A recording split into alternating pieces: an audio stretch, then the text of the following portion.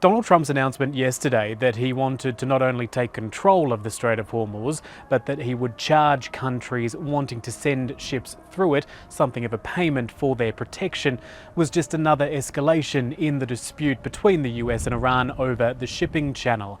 And part of that plan has barely lasted 24 hours. The US president now changing his tune. I don't think anybody should be able to charge a fee for the Strait or for any other Strait relationship in terms of other sections of the world. I don't think anybody should be really in that position. But we were doing it as a reimbursement. The Gulf states are going to invest a tremendous amount of money into the United States, and that was very satisfactory to me. I think it's actually much better.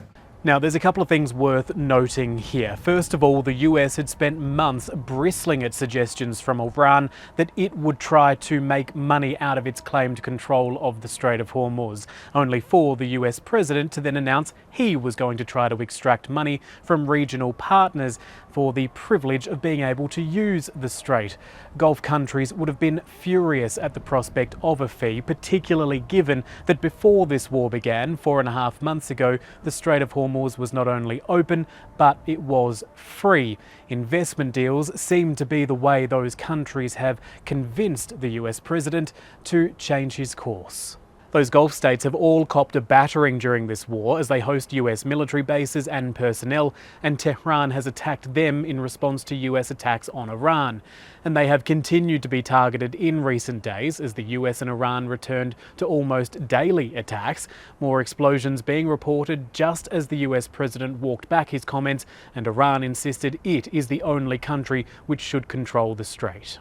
The recent exchange of fire has fueled anxiety that this region could once again be on the brink of a return to all-out war, although the intensity of strikes to this point have not been the same as what they were at the height of the conflict.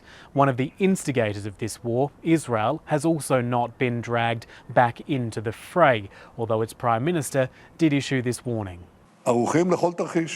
I will say this to the leaders of Iran: do not count on it being quiet if you attack us. Do not count on a rerun, because it will not be a rerun, and that was already powerful enough. This will be a different event, much more powerful. The days when someone hurts us and we do not strike them back twofold are over.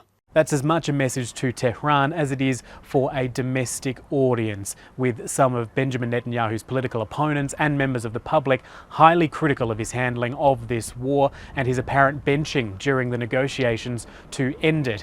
Israel is now in an election campaign, with polling set for the 27th of October.